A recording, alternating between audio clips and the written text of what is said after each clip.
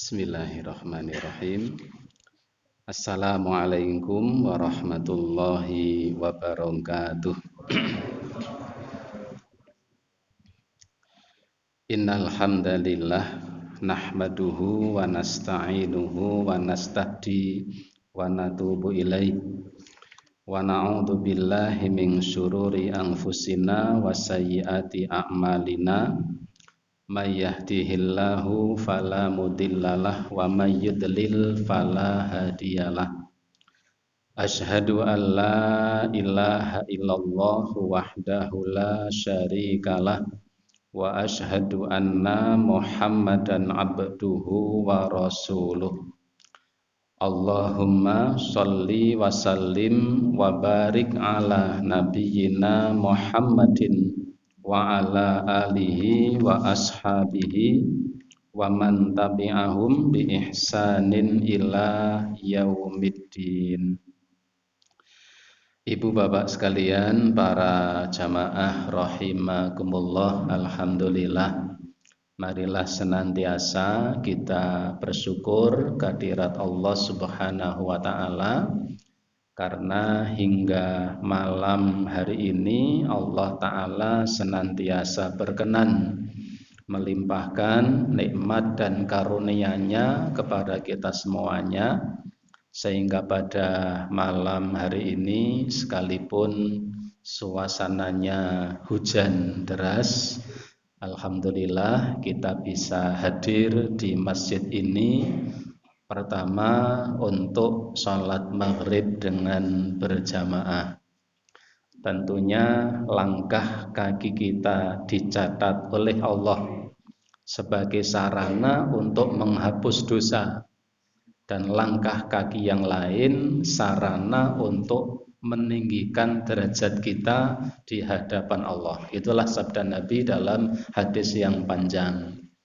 Dan itu ditulis oleh Allah Ta'ala melalui perantara malaikat zahaban wa iyaban, baik ketika berangkatnya maupun ketika pulangnya. Langkah kaki kanan menghapuskan dosa, langkah kaki kiri menaikkan derajat, dihitung ketika berangkat maupun pulang. Sehingga yang terjauh di antara kita maka pahalanya paling banyak. Kebetulan yang jauh saya gitu.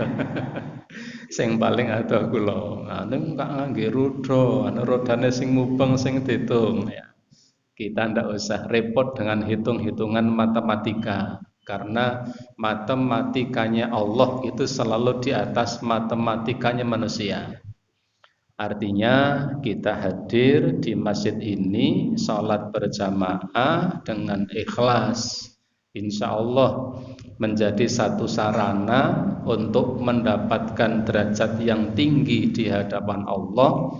Dan yang kedua, kita akan dikurangi dosa dan kesalahan kita dengan dihapusnya dosa dan kesalahan melalui catatan langkah kaki seorang mukmin ketika menghadiri masjid.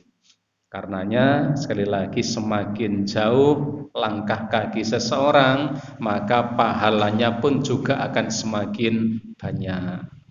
Tidak perlu nanti yang dekat njur muter-muter, tidak perlu juga ya. Ini menunjukkan bagaimana Allah Ta'ala itu tidak akan menyia-nyiakan kebaikan yang dilakukan oleh seorang hamba. Sekecil apapun kebaikan yang dilakukan oleh seorang mukmin tidak akan pernah disia-siakan oleh Allah. Sekalipun tidak ada orang yang melihat kita. Jadi seandainya pun tidak ada orang yang melihat kita, maka pada setiap kebaikan yang kita lakukan tidak akan disia-siakan oleh Allah Ta'ala. Yang kedua, alhamdulillah kita bisa hadir bersama untuk kita bersama mengkaji firman Allah Subhanahu wa Ta'ala. Rasulullah sallallahu alaihi wasallam mengatakan, majtama'a qaumun fi baitin min buyutillah. Tidak ada seorang pun manusia manapun yang mau berkumpul di salah satu rumah di antara rumah-rumah Allah. Yang namanya rumah Allah itu masjid. Masjid itu didirikan oleh siapapun. Kalau organisasi apapun. Kalau perseorangan, apapun yang atau siapapun yang mendirikan, yayasan apapun yang menaunginya, maka dimanapun ada masjid yang di situ digunakan untuk menunaikan sholat yang 5 waktu, disitulah rumah Allah Ta'ala. Maka kata Nabi, tidaklah ada seorang pun yang berkumpul di salah satu rumah di antara rumah-rumah Allah, yaitu masjid.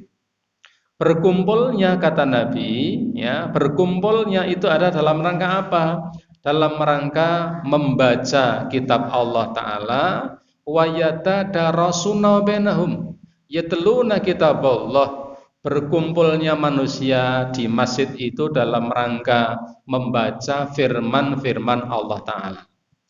Atau wa yatadarasuna bainahum, ataupun tadarus, dirosah. Ini tadarus dirosah bahasa Arab.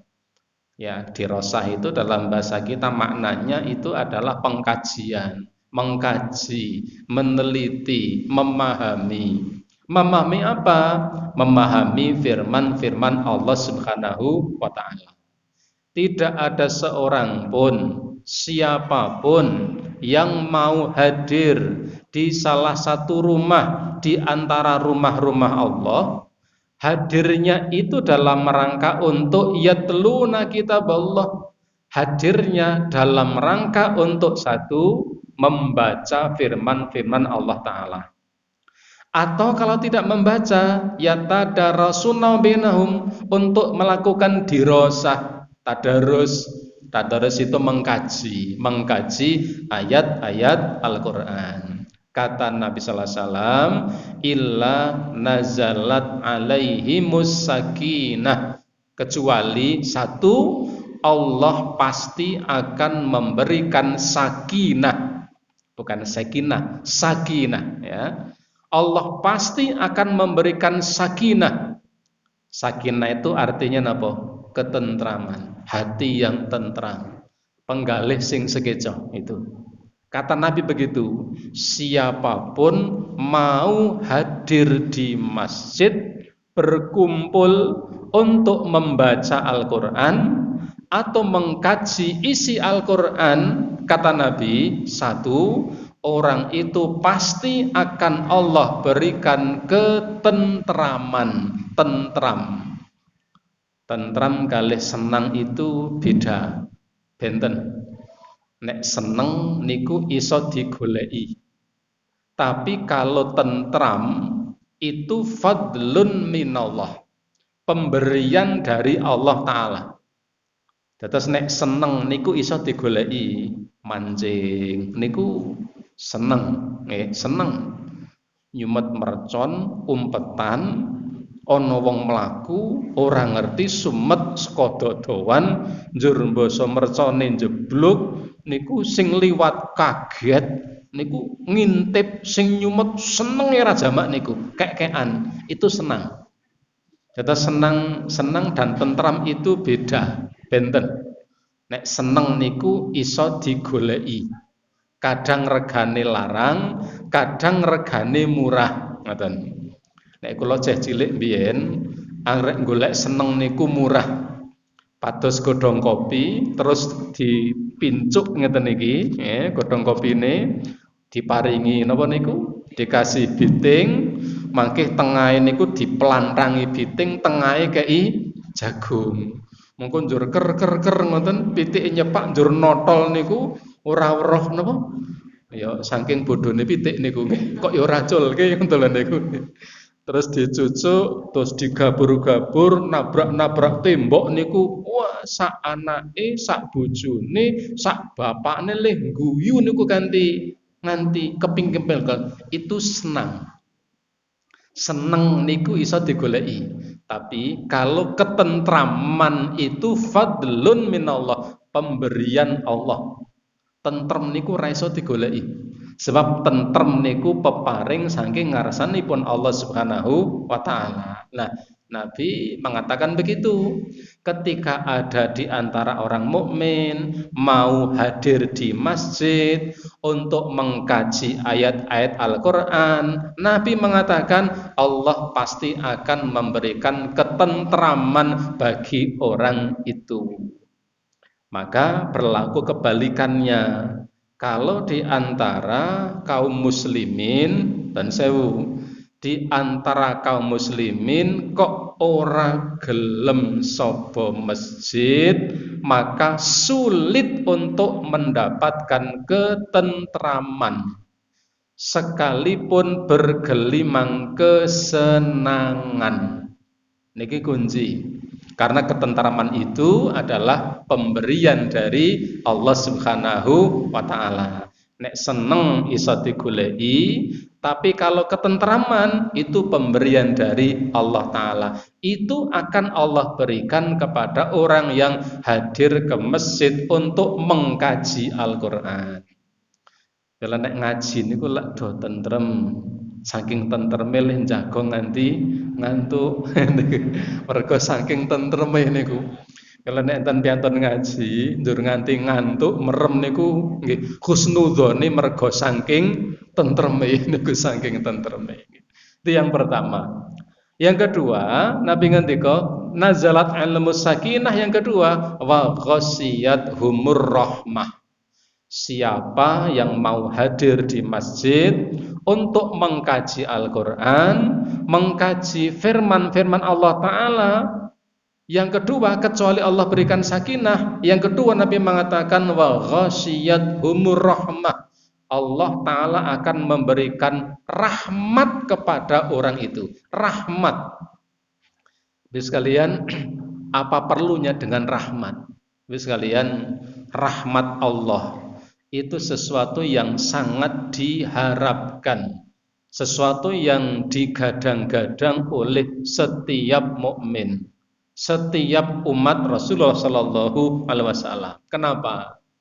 Karena Rasulullah mengingatkan bahwa tidak ada seorang pun di antara manusia itu bisa memasuki surga Allah kecuali hanya karena rahmatnya. Rahmat. Jadi tidak ada seorang pun yang bisa memasuki surga kecuali karena rahmat Allah, bukan karena amal. Ibu bapak jangan bayangkan mendapatkan surga itu karena sholat, karena puasa. Itu sarana. Sholat, puasa, panjenengan sholat tahajud, direwangi bengi-bengi ngantuk, sholat berdiri ra ono kancane, itu dalam rangka untuk mendapatkan rahmat Allah. Bukan amal itu yang kemudian memasukkan seorang ke dalam surga. Kenapa? Karena sangat tidak sebanding antara ibadah yang dilakukan oleh seorang hamba dengan balasan yang Allah Ta'ala berikan di akhirat nanti. Sangat tidak sebanding. Sangat tidak sebanding. Contoh konkret mawon. Allah Ta'ala menjelaskan dalam Al-Quran bahwa satu harinya akhirat itu sama dengan satu ayat mengatakan alfasanatin, seperti 1000 tahun. Satu harinya akhirat itu sama dengan 1000 tahun. Kalau satu hari sama 1000 tahun, ya 1000 tahun di dunia ini sama dengan seharinya di sana. Sementara kemudian kita hidup di dunia ini paling yuswane pinten. Kalau Nabi mengatakan umur umatku itu kisarannya antara 60 sampai 70-an. Ingkang sepuh ndun ngapunten, mboten meden-medeni itu ya. Nabi mengatakan umur umatku itu antara 60-an sampai 70-an tahun. Rata-rata itu. Yang lebih dari ukuran itu ada tapi tidak banyak. Itu kata Nabi. Yang lebih dari 70 tahun itu ada tapi tidak banyak. Setiap kampung, setiap pemukiman itu kalau disensus, di rata-rata dihitung, yang usia 70 tahun ke atas itu hanya seperberapanya. Kalau manusia hidup misalnya satu di dunia ini umpama sampai 100 tahun, 100 tahun. Maka hidup di dunia 100 tahun itu kalau di akhirat nanti perbandingannya, kalau toh kemudian ditakdirkan masuk surga, hitungan matematika, hidup 100 tahun hanya akan mendapatkan 1/10-nya satu hari di akhirat kelak. Nek akhirat hitungannya itu 24 jam, berarti mengoleh 2 jam punjul 40 menit. Itu ditebus dengan hidup selama 100 tahun. Sementara usia manusia kebanyakan sekarang ini kurang dari itu. Sementara di akhirat di sana labithina fiha ahqaba, hidup berabad-abad lamanya. Bahkan hidup terus dan tidak akan pernah mati. Maka karena kalau seseorang di akhirat nanti hidupnya terus, misalnya andai saja Allah masukkan ke dalam surga, di akhirat nanti hidupnya berpuluh-puluh tahun, beratus-ratus tahun, beribu-ribu tahun, dengan modal ibadah hanya 60 tahun, itu tidak akan sebanding. Maka kita sangat membutuhkan rahmat Allah Subhanahu wa ta'ala. Nah, Nabi sallallahu alaihi wasallam menjanjikan salah satu di antara orang-orang yang akan mendapatkan rahmat Allah. Kalau seseorang itu diberi rahmat berarti dijauhkan dari laknat. Ketika seseorang itu dilaknat oleh Allah berarti dijauhkan dari rahmat.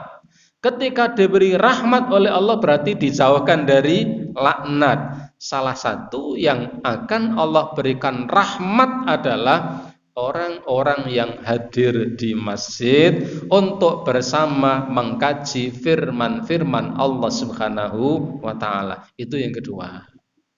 Yang ketiga Nabi mengatakan setelah nazalat alaihimus sakinah, yang kedua wa ghasyiyatuhumur rahmah, yang ketiga Nabi mengatakan wa haffathumul malaikah, dan orang-orang yang hadir di masjid itu, orang-orang yang hadir di dalam masjid hadirnya untuk mengkaji firman Allah Ta'ala, maka orang-orang yang hadir di tempat itu, Nabi mengatakan haffathumul malaikah, mereka dinaungi oleh para malaikat dengan sayap-sayap yang mereka miliki. Sifat fisik malaikat itu punya sayap, tapi tidak perlu kita samakan dengan sayap makhluk yang ada di dunia itu sifat fisiknya. Al-Quran menjelaskan malaikat itu memiliki sayap 2, 3, 4 dan seterusnya. Maka Nabi sallallahu alaihi wasallam memberikan satu penjelasan bahwa orang-orang yang hadir di dalam masjid untuk mengkaji firman Allah Ta'ala dinaungi oleh malaikat dengan sayap-sayapnya, sebagai bentuk perlindungan, sebagai bentuk penghormatan kepada orang yang hadir di majelis itu. Panjenengan tidak perlu keluar dari masjid ndur ndangak ana apa ora, ya. Karena tidak terlihat, karena malaikat itu sifatnya gaib, tidak bisa dilihat oleh mata. Kalau ada di antara manusia yang mengatakan sering ketemu dengan malaikat, itu perlu dicurigai, ya. Katanya sering ketemu dengan malaikat, karena malaikat itu sifat fisiknya, bentuk aslinya tidak bisa dilihat oleh manusia biasa. Hanya bisa dilihat ketika menjelma menjadi makhluk, seperti menjadi sosok manusia. Seperti dulu pada zaman Nabi, beberapa kali mendatangi Nabi, menjelma menjadi sosok manusia dan dilihat oleh sahabat yang hadir ketika itu. Ketika itulah sahabat bisa melihat malaikat, tetapi ketika menjelma menjadi manusia. Jadi yang ketiga, orang yang hadir di majelis, di masjid untuk mengkaji firman Allah Ta'ala akan dinaungi oleh para malaikat. Yang keempat, Rasulullah mengatakan setelah wahafathumul malaika wa dzakarahumullah fi man indah. Yang keempat, yang terakhir, orang-orang yang hadir di majelis itu, di masjid itu, semua yang hadir di tempat itu, maka mereka disebut-sebut oleh Allah, dibangga-banggakan oleh Allah dengan disebut-sebut namanya di hadapan para malaikat yang terdekat. Nama orang-orang yang hadir itu disebut oleh Allah dan dibangga-banggakan.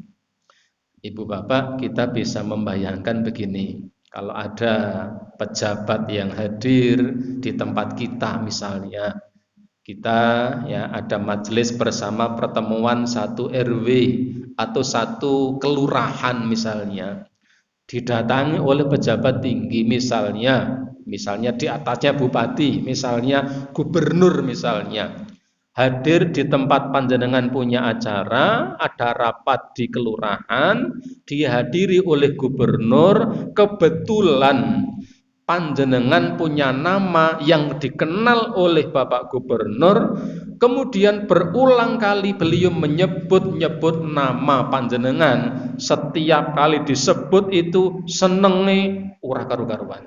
Jenengku disebut.